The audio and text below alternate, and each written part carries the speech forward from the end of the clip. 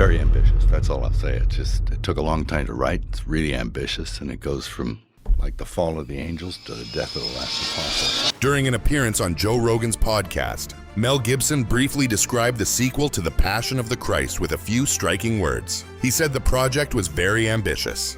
Then he revealed something that immediately caught people's attention. According to Gibson, the story stretches from the fall of the angels all the way to the death of the final apostle. That single statement completely changed expectations. Because what Gibson is reportedly creating in Rome right now, using IMAX technology and a massive production scale, is far beyond a traditional biblical drama. This is not simply a retelling of the resurrection story. The film is expected to explore angels, demonic forces, the descent of Christ into the underworld, and spiritual realms that most Hollywood productions have never dared to visualize on screen. At one point, Gibson even described parts of the experience as feeling like an acid trip. Those were his own words, and by the end of this video, you'll understand why so many people inside the film industry are paying close attention to this project, even while saying very little publicly about it. Because this film was not written quickly. For nearly 7 years, Gibson worked quietly behind the scenes alongside his brother and the screenwriter of Braveheart, developing what may become one of the most ambitious faith-based films ever attempted.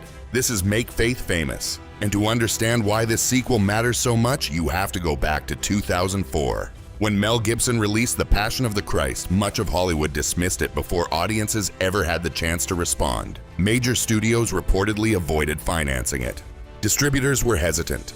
Critics labeled it controversial before it even reached theaters. But the audience response told a completely different story. Made with a budget of roughly $30 million, the film eventually earned more than $600 million worldwide and became one of the most financially successful R-rated films in box office history. While critics debated it, millions of viewers showed up. In its first month alone, tens of millions of people watched the film.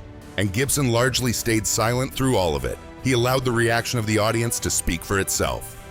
Now, more than 2 decades later, he's returning with something even larger in scale. Not a safe retelling, not a simplified version designed to feel comfortable. What Gibson has been building appears to reach into some of the most mysterious and debated parts of Christian theology. The project is titled The Resurrection of the Christ.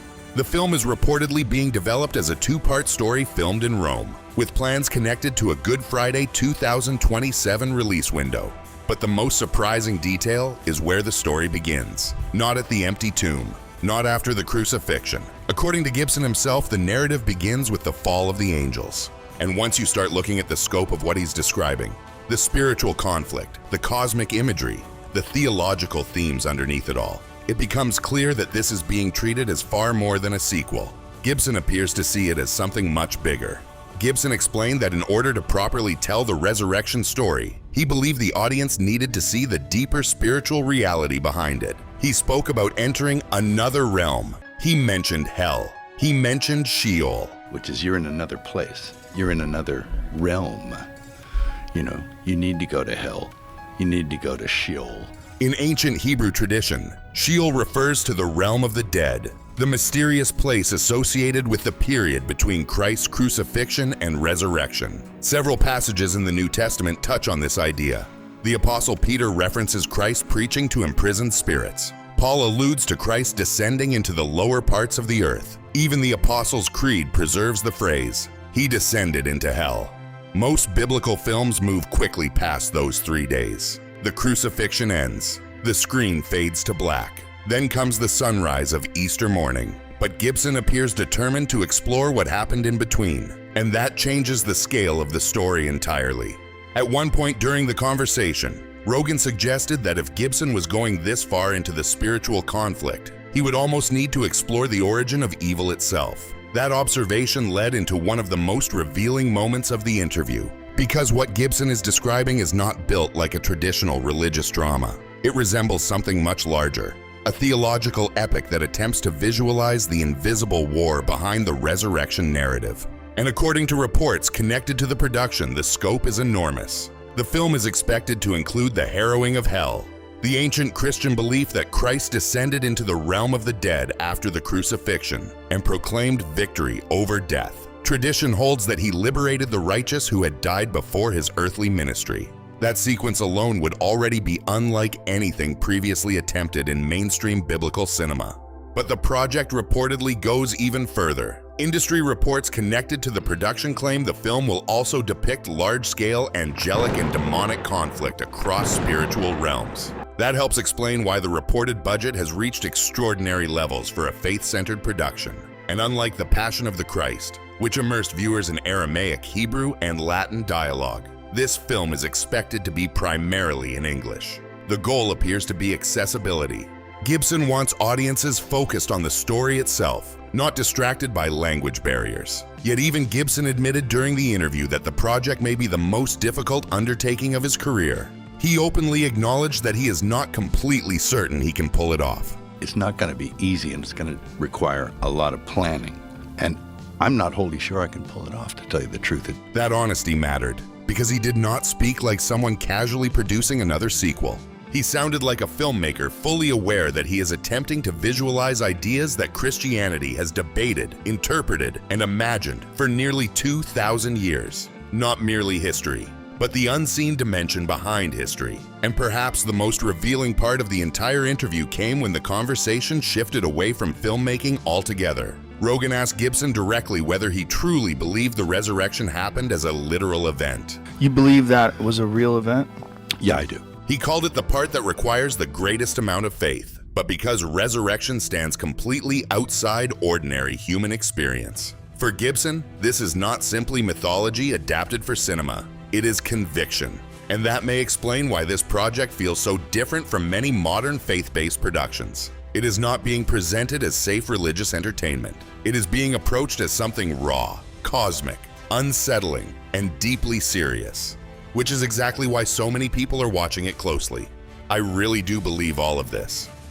That statement explains a lot about why Mel Gibson has approached this project the way he has. For 7 years, he reportedly kept returning to the script, revising it, expanding it, discussing it with theologians, historians, and biblical scholars. Not because a studio demanded endless rewrites, but because he was trying to shape something he felt carried enormous weight. That distinction matters. Most blockbuster films are built around release calendars and market trends. This one seems to have been built around conviction. And maybe that's why the contrast between Gibson and Hollywood has become such a central part of the story. Back in 2003, nearly every major studio rejected The Passion of the Christ. The logic sounded airtight at the time. A violent film about the crucifixion, dialogue in ancient languages, no conventional stars, no modern commercial formula. Executives believed audiences would never support something like that on a massive scale. But Gibson moved forward anyway, financing much of the project himself. The result shocked the industry. The film went on to earn hundreds of millions worldwide and remained one of the most successful R-rated films ever released for decades afterward. Now he appears to be doing something similar again. The resurrection of the Christ may have distribution support from Lionsgate, but the creative engine behind it remains Icon Productions. That independence is important because Gibson clearly understands something Hollywood has often underestimated. There is a massive audience interested in stories about faith when those stories are treated with seriousness and scale. Even before release, the sequel is already being discussed as the largest Christian film production in history by budget. And that raises a deeper question. Why make this film now? Why return to this story more than 2 decades after the original? Part of the answer is practical. Gibson reportedly refused to begin filming until he believed the script could handle the subject matter properly. He wanted a structure that could communicate the resurrection not only to believers, but also to people approaching the story from skepticism or distance. But culturally, something else has changed too. Conversations about Christianity and spirituality have slowly moved back into mainstream discussion in ways that would have seemed unlikely years ago. The Chosen reached hundreds of millions of viewers globally. Russell Brand publicly discussed baptism and faith. And Joe Rogan, one of the most influential media figures in the world, devoted hours to discussing theology and the resurrection with Gibson on one of the largest podcast platforms on earth. Viewed together, those moments suggest something broader is happening. Not necessarily a uniform religious revival, but a renewed willingness to openly discuss spiritual questions again. And Gibson's film appears designed to enter directly into that moment. Theologically, his central idea seems clear. The resurrection was not merely the moment Jesus returned from death. It was the turning point of the entire conflict between good and evil. The victory that changed the direction of the war itself. In Gibson's framework, the battle began with the fall of the angels, and the resurrection represents the moment that conflict encountered something it could not overcome. That perspective transforms the story from a historical drama into something cosmic in scale. During the interview, Gibson also emphasized that he does not personally view the gospel accounts as symbolic legends detached from reality. He described them as history. He pointed toward historical references outside the Bible that mentioned Jesus and argued that the existence of Christ is supported by multiple sources across the ancient world. Whether viewers agree with him or not, his approach has always been consistent. He argues from historical grounding and lets audiences decide how to respond. That philosophy now sits underneath a production unlike anything previously attempted in Christian cinema. According to reports tied to the film, production is centered around Cinecittà Studios, one of the most historic filmmaking locations in Europe. Classic epics were created there. Films like Ben-Hur helped define the scale of biblical cinema there. Now Gibson is returning to that same environment with a reported budget approaching $200 million across 2 films. The technical approach is equally ambitious. The production is expected to use IMAX cameras, the same large format systems associated with films like Interstellar and Oppenheimer. That choice says a great deal. Directors usually turn to IMAX when they believe the visual scale of the story demands it, and Gibson apparently believes this story does. Filming locations reportedly include Rome, Matera, and other areas chosen for their ancient visual texture, places where architecture and landscapes still resemble the world of the 1st century. Then came the casting decision that sparked enormous online debate. For many viewers, Jim Caviezel became inseparable from the role of Jesus after the 2004 film. Over the years, Caviezel openly spoke about how deeply the experience affected his own faith and personal life. So when reports emerged that Gibson would move forward with Finnish actor Jarkko Otonen instead, reactions were intense. Some fans felt a strong emotional attachment to Caviezel's portrayal and struggled to imagine the story continuing without him. But creatively, Gibson may be pursuing something very specific.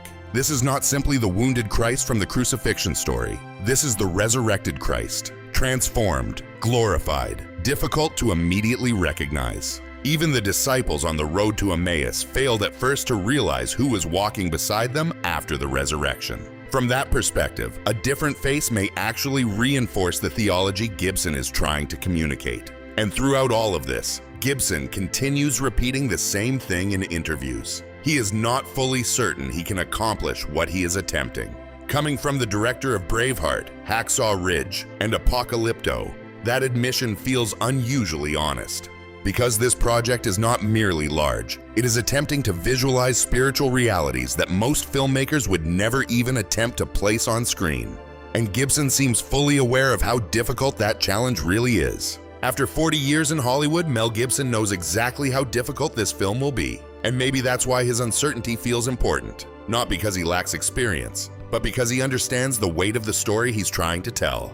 When you watch The Passion of the Christ, it never feels like a movie designed to entertain you for 2 hours and disappear. It feels heavy, personal, almost uncomfortable at times. That's why people still talk about it 20 years later. Now, with the resurrection of the Christ, Gibson is stepping into the part of the story most films avoid entirely. Not just the empty tomb, but what the resurrection meant. For believers, it is the center of everything. For skeptics, it remains one of the most controversial claims in human history. And somehow Gibson is trying to place that mystery on a screen large enough for the world to stare at it again. Maybe he succeeds, maybe he doesn't. But one thing is undeniable. Nobody else in Hollywood is even attempting it.